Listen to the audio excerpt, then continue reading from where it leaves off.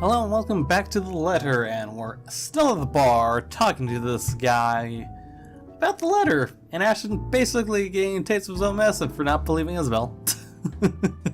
So, I doubt he's gonna believe us, but hey, what can he do? It's not like anyone's gonna believe him given he did the same thing with Isabel. So he shakes his head. Let's have another chuckle before returning to his task.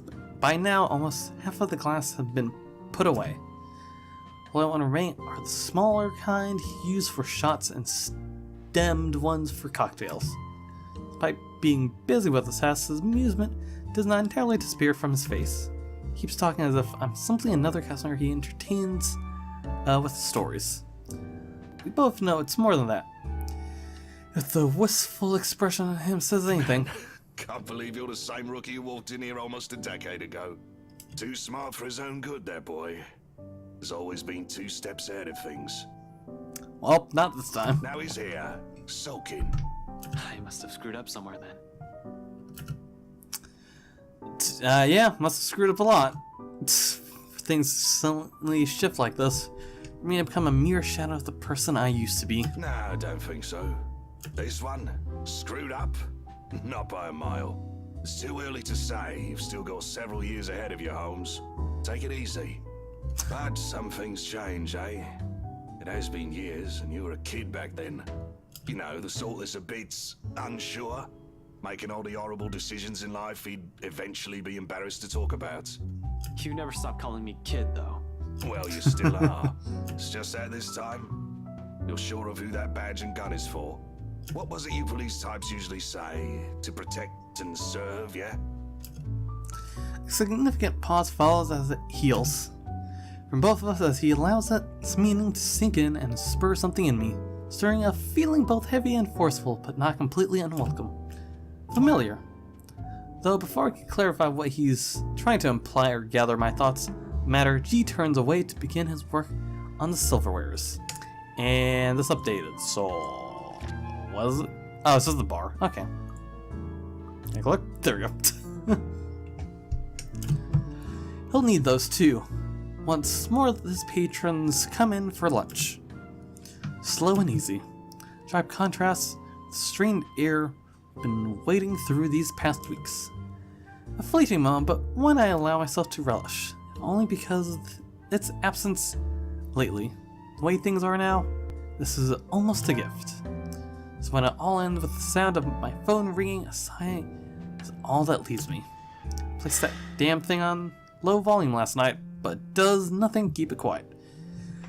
Don't know if I want to answer it right now. It has brought me nothing but one bad news after another. Thinking back about it only makes me want to chuck it into the closest trash bin I can find. Not that it'll help things, of course. Another exhale slips past my lips before I pull out, quickly swiping over the screen without checking the caller ID. After all, ones who'll worry to fret over how awful I might sound right now are here with me. Parents never call around this hour, so chances it's probably just the chief or Abigail. There's Zach, but he is in a position where contacting me is impossible. Placed in jail by some scumbag for a crime he likely didn't commit. No use pretending when I'm not. No use pretending what I'm not when it's anything but. Inspector Frey speaking. Good morning, sir. Sorry to bother you this early. I don't like where this is going. What is this about? It's about your friend, you know? The guy I called you about yesterday, the one they got in the night before. Zachery Steele.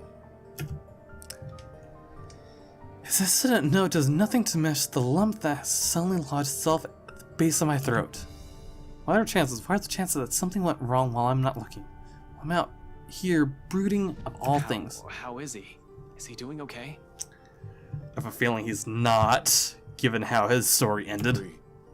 We actually have a problem, Detective Inspector. Hasty assumptions aren't a usual fare in my book. That shouldn't change right now. The precinct is secure. It's supposed to be. They have guards manning the station 24/7. If anyone fucking gives a shit to care about what's happening, though, if anything happens, all Zach has to do is shout and someone will be there for him. Nope! He screamed! No one gave a fuck. Even if it's Phantom going after him, he should be safe there. He should have been. Yet none of these reassurances will allay my suspicions, and whatever little thread of hope I'm hanging on to frays slowly as each second of silence passes up by.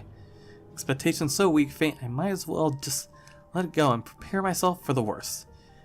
It's a feeble attempt to add optimism I will never get used to. This is out of my depth. This isn't my forte. Zach's maybe, Rebecca's too. Never mind. Hell, this kind of mood Isabel has usually unknowingly brought with her. What her eyes often conveyed, what I've often found myself searching in her whenever I look to them. No matter how many times I repeat any words of comfort or calming images inside my head, the hollow chill at the base of my stomach refuses to ease. I just want to get to the point what he's gonna say. It's so long sometimes. Even my voice is shaken when I urge Sir Renz, speak again, weak and unsteady. The only thing keeping me from stumbling when I abruptly stand is the counter solid support beside me, the flat of my head braced against the fort leverage. Officer Renz, right? What happened? You're supposed to keep an eye on him, yeah? It's protocol. Your friend, sir, he's... I think it'd be better if you just saw it yourself, sir. This isn't something you should be hearing over the phone. Chief Inspector Lee wants you to report in as well. It's about the case Luke Wright filed yesterday, and... The rest never registers. Rather, my brain refuses to acknowledge any of it. And even the possibility that this might just be a terrible joke. All I could think of is this suffocating dread and piercing noise, my deafening ring in my ears despite the bar's morning hush. There is only Zach. Only the whole expansion of Luxembourg separating me from... Oh yeah, it's Monday, I think, if I remember correctly. So he's supposed to report on Monday.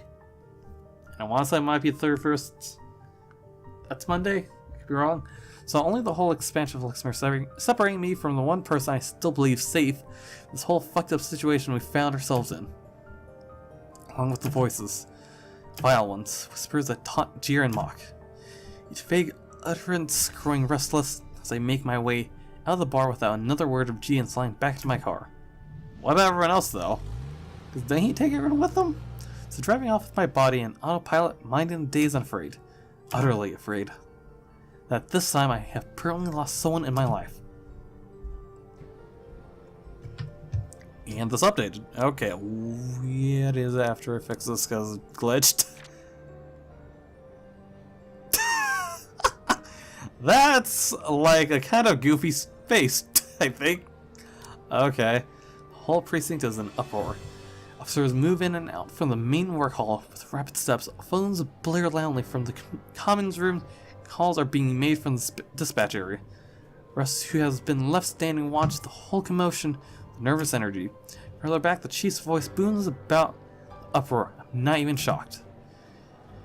May appear like the bumbling fool on first glance, but he has kept the city safe for years. For something happened in his jurisdiction inside his own precinct, right under his nose, he has the right to be royally pissed. What do you mean you don't know? Don't give me that shite, Sergeant! How can one person, slip past you? Easy, no one gives a fuck. You can't even keep an eye on one man! His statement gives me pause. Am I wrong? Did Zach escape somehow?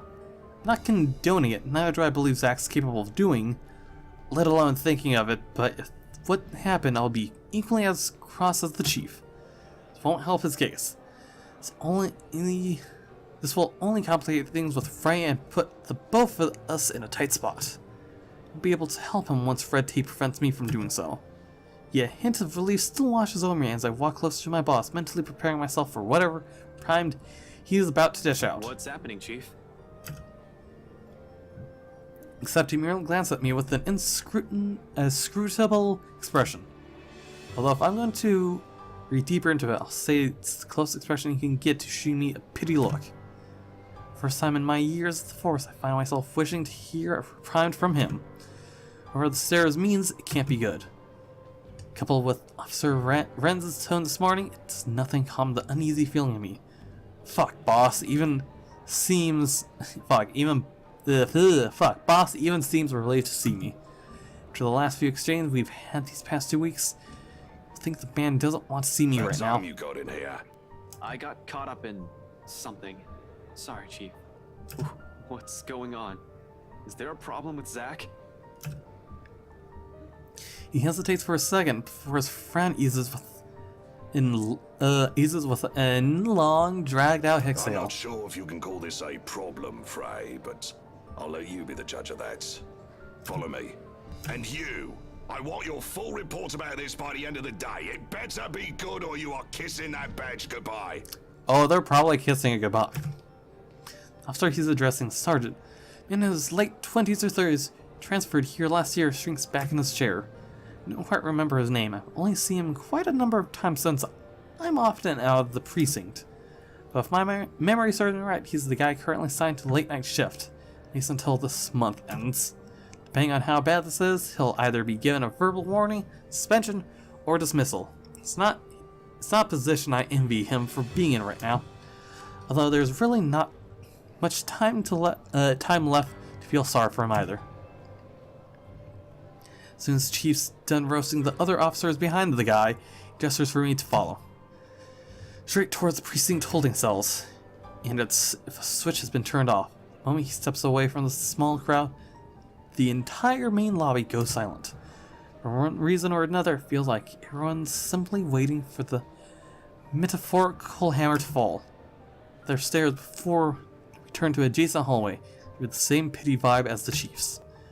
All of which I might have easily ignored any other day. People here can be a bunch of gossip mongers. So a significant glance Chief throws my way before pushing the door open, it stops me. Not that there's even a need to mule over it, because the moment he swings it open, it strikes me. Sharp, dry, metallic scent.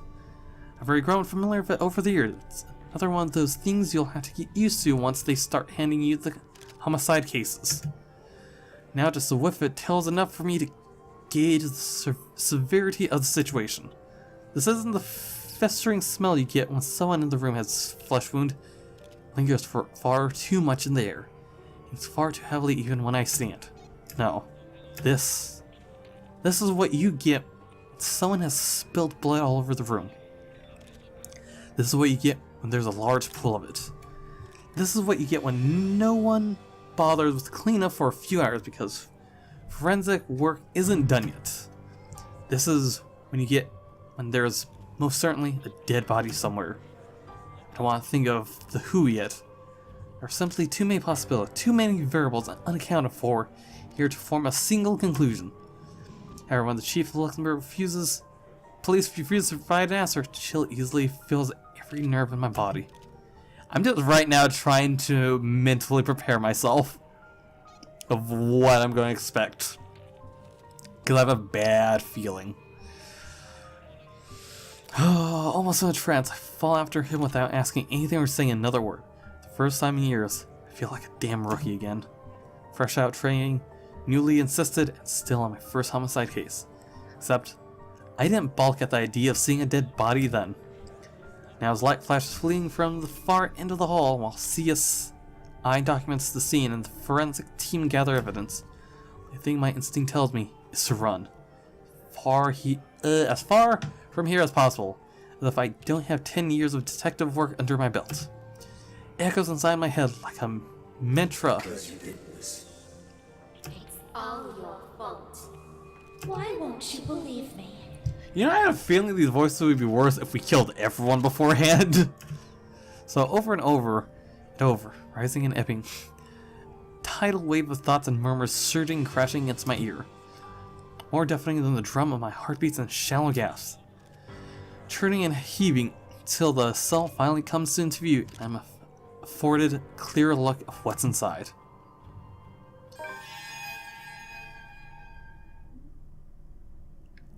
God damn, what did the ghost do to Zach? Oh, God. I'm glad I ate beforehand. Oh, God. Is his eyes taken out? The whole world stands still. In one single moment, every noise, every smell, every person in the room, all ceases to matter. Yeah. The second my eyes land on his prone form, there's only red. Red. Red. Red. Blood everywhere. Oh, the floor. For a copious amount of it has pooled, and the walls smeared on every crack until his hand can reach. On his face and shoulders, dripping from every gash and tear, flowing from the hollow gap where his eyes should have been. The custodial officer found him when they brought in breakfast. It was too late. He was already dead by that time. Some 3 to 4 hours, according to the blokes from forensics. There had been struggle based alone on the smear pattern left on the bars and floor, but only so much as the small cell will allow him. I can already imagine how it went down. He was likely left with no other choice, cornered like an animal, at the mercy of his killer.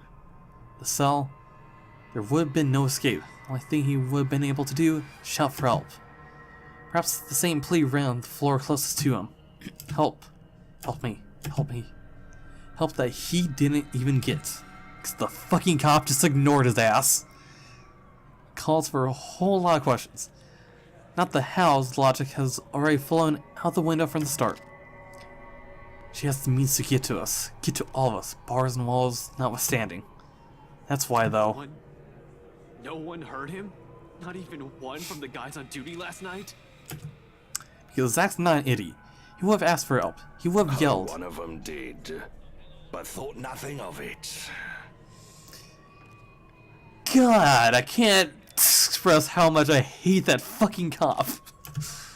Then why didn't they do anything? He's just a room away. Yep, I feel Ashton right now. Assumed your friend's just asking for attention. Henry wasn't clear on the details when I questioned him about it. You've been serving in this precinct for more than a decade, though. You should be aware by now how rowdy the folks we detain here can become. But that's not the only problem we have here. Someone got in and out of this place without anyone noticing. Even the surveillance footage is a bust. Tech's going over it now, but I don't think we'll get anything from it. I mean, being how the ghost did her work when we were at BRC, it certainly fucked with the cams. The media will have a field day when they learn of this fray. I would imagine. Keep it mum for now. I'll let you know because he's your... well, you deserve to know. The poor bloke's your friend, after all. I just don't want the commissioner hearing of this before I can tell him anything. Or at least, until we've figured out how the butcher got in. Oh, it's not just a butcher. It's a spirit butcher. You think this is an inside job? What else can it be? It's either that or we have a damn good criminal mastermind walking this city. Really, I want to say something. I want to tell him that this isn't what he's thinking. That all this, the Anselm Butcher never existed. This is a curse the people of the city has been laughing at for centuries. The way things are going, we'll simply find ourselves at a dead end. Oh, that would explain now that I think about it. I would imagine anyone who enters the mansion, I think, is possessed, or not, cursed. I think that's what's happened. And everyone that's died, because they say every year the Anselm Butcher just goes around killing people and then vanishes for a while for another few years and then come back to do it again. I imagine what happens is the situation that we're in. A bunch of people go into the house, and then when they come back, they all eventually die throughout the year. I imagine that's what's happened. And we're going through it now. The way things are going, we'll simply find ourselves at a dead end. Chances are, they'll just have to find an innocent chap to blame for everything. Like what Wright did to Zach. Scapegoat for things they can't explain. But how am I supposed to tell anyone, let alone get them to believe my words? I sound like an idiot. They'll likely brush me off the same way I've done with Isabel's warnings. The end, clenching my fists at my sides and gritting teeth is all I'm able to do. Zach's lifeless face stares back at me. Accusations in them, sharp and searing. Expression that etches itself deep within my mind as the first officer waves us both out of the room. Another ghastly image I will never be able to forget. Another memory another memory I will probably haunt me till my last dying breath. Another regret. Chief dismisses me barely an hour later, sending me off nothing but a light pat and another sorry expression. I'm not entirely sure if that's supposed to be reassuring. Plenty more to do. A lot of people call and tell. All of it fails on me. No matter how awful the news I bring will be, it'll be better if this comes from a person his family and friends know. Still, my body refuses any notion of movement. I thought of telling Rebecca and Elizabeth, but this will both upset them. I don't even want to imagine what his grandparents will say. They're good, kind, warm-hearted people. God, just thinking about it now, I just really regret fucking going into the mansion just because I thought I could help Hannah. Just thinking about it now, I'm just like, God, I feel so bad. This is where we start. We've already gotten too far into this. Cause like of all the people that dies, one is cliche horror, the black guy goes down, and the other thing is he's the nicest guy in this whole game and I kill him.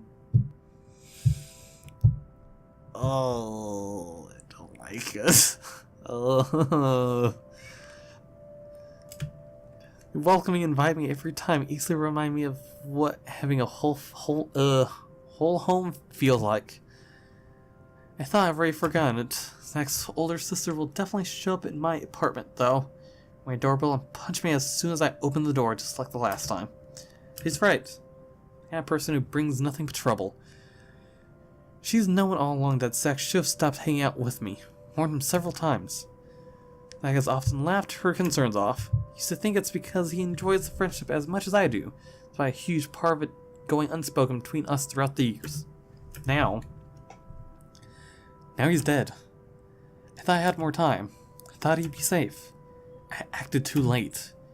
In the deafening silence of my car, the only thing I'm able to do is close my eyes. Press my forehead against the cold surface, steering wheel, and scream. Scream until my throat bleeds raw. Scream until my lungs burn. Scream until all that remains are the guilt and the tears.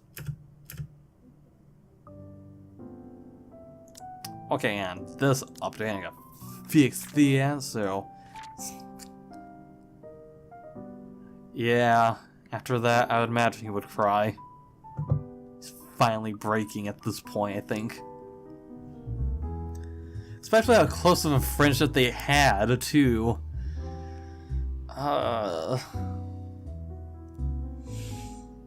don't want to continue. I just want to restart. The sun hangs lower when I drive back to the pub and drag myself aside. Still too unsure how to break the news. Around this time, the patrons usually start to trickle into the main lounge until it reaches a peak around midnight. Today, however, it remains thin. Considering what the day it is, isn't too worrisome for the kind of business G runs. He has always complained about the lack of decent crowd on week start, although he doesn't really begrudge his customers for it. No one wants to start the week with a bad case of a hangover after all, even him. Which makes the concerned look he gives me come off a bit too odd. The kind of danger we're in, and after what happened to Zach, this swiftly puts me on the edge, even before I could fully process and analyze the scene in front of me. Something wrong, G? G hums, but there's an undertone of annoyance in it despite his casual and open movements. Only after he finishes wiping a tumbler and carefully settles it face down on the table does he give me an answer. The way he stares back at me honestly makes me squeam. Feels like I'm being stared down by my primary school teacher for sleeping in class again. Nothing much. Monday's still a slow day for this place. But you might want to check on your friends, kid. Looks like one of them woke up on the wrong side of the bed while you were out.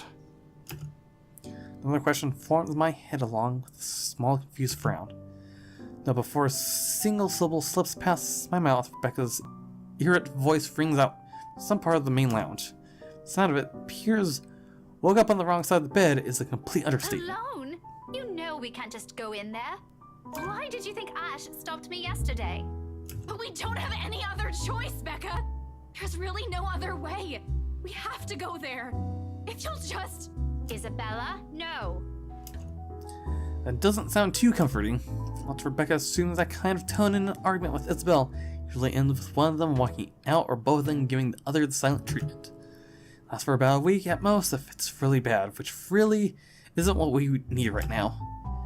I hope the bad blood from this morning will simply blow over after all of us has gotten a decent rest. Turns out sleep isn't just what some of us need. Even G appears to understand it. Despite of his efforts to look as unconcerned as possible, his tense set on his shoulders. Nervous edge lingers in his eyes as it occasionally flickers over where Rebecca and Isabel's voices are coming from. He doesn't want to deal with this, especially at the start of another busy week. Neither do I. Things have worked out well between them before without Zach or I'm meddling. But the imploring gaze G directs at me leaves me with another choice. It almost feels like he's guilting me into doing something about it.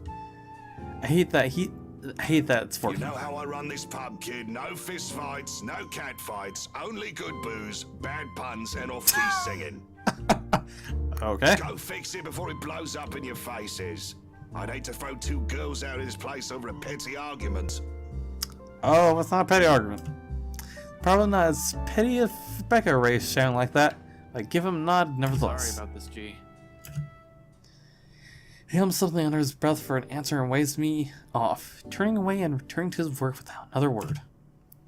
Even with the lack of sizable crowd, he likes to keep busy, and same in that regard. He remains still, always, can't remain still, always has to stay moving, doing something, thinking, whatever keeps the brain at work. I leave to it shortly after, because his voice rings out once again, followed by Isabel's. Part of me wants to thank him for all the trouble he has taken for people he barely even knew. No. Yeah. Once this is over, I should probably find some way.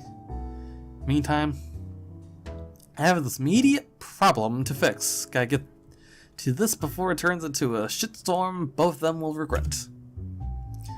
I know both of them well. For all of Isabel's complaints about Rebecca's bossy attitude, or how annoying Rebecca sometimes finds the other childlike demeanor.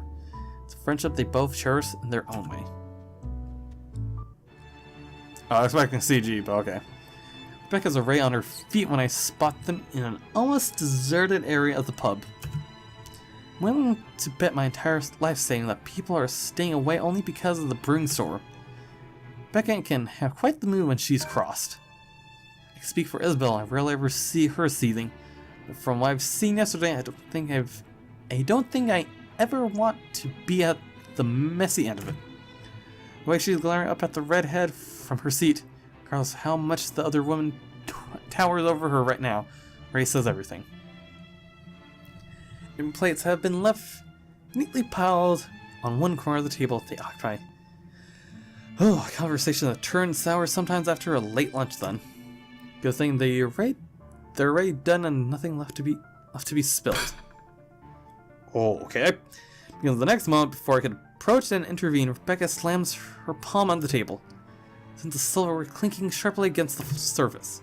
Isabel flinches momentarily, we both do, though she shows no indication of surrendering in the face of Rebecca's temper. Everything escalating from there. You've already gotten us in enough trouble because of this let a ghost everything. Pulling me And again? you can't expect everyone to fix your mess. You're in this mess too, Becca. You keep on putting the blame on me, but you're the one who didn't listen. All of you. If you just listened in the first place, maybe this wouldn't have happened. But you're too busy acting like you know what's best for everyone, when in fact you're the one who's being selfish. I'm the one who's selfish. Yet you're still going to do what you want anyway, even if the people around you are already beside themselves with worry. I mean, doing nothing is going to achieve nothing besides death in this situation. This is how you've always acted since we met, and I'm tired of it. Sometimes I wish you never even came here, because all you've given us is a headache. You know why I haven't come here. My dad. Your dad has nothing to do with this. It has always been you and your whiny, careless self that has always been the problem. And yet you helped Becca? Maybe I should have stepped in earlier. Maybe I should have said something the moment Becca slammed flat of her hand on the table the second I've entered the area. Either way, it's too late to act. Harsh words have already been hurled between the two. And that update and being glitchy. Okay, so it's just them arguing, because nothing's going well by the end of this game. Words more cutting than any blade, each and every one of it digging a wound too deep in the person they've been aimed at. For a long time, Isabel sits there in silence. Becca stands unmoving, arms crossed and breathing heavy. With the lack of words between them, they're both tired. Maybe as tired as them, I don't know. I mean, actually, no, they probably weren't tired than me. So they're both vibrating with anger, refusing to meet the other's eyes. Ever so slowly, the atmosphere in the room turns thick and smothering. Strained air, no one in the immediate vicinity, including me, dares to break until the ones at center does so. Becca definitely won't. At some point, friendship she has grown to become one firm with her opinions. She's never going to back down from this, not when she knows she has a point. Isabel, on the other hand, there's always been a certain stubbornness in her. As frustrating as it is to see sometimes, it's what's gotten her through life's hardship. Perhaps even the only thing that has. When you have nothing else, people tend to cling on to what they have within themselves instead. But she also knows when to withdraw, when a struggle turns useless. Kind of awareness that's almost second nature to her. When enough is enough, Isabel abruptly stands and marches towards the exit, fast, frigid steps, away from the hurt and painful words they're let fly earlier. She bumps into me in her race, impact nearly knocking her off her feet.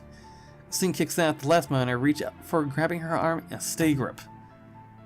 Oh, surprise fits across her face, an expression mirrored by Rebecca behind her. None of them have noticed me. Oh god, fuck you, Gabe.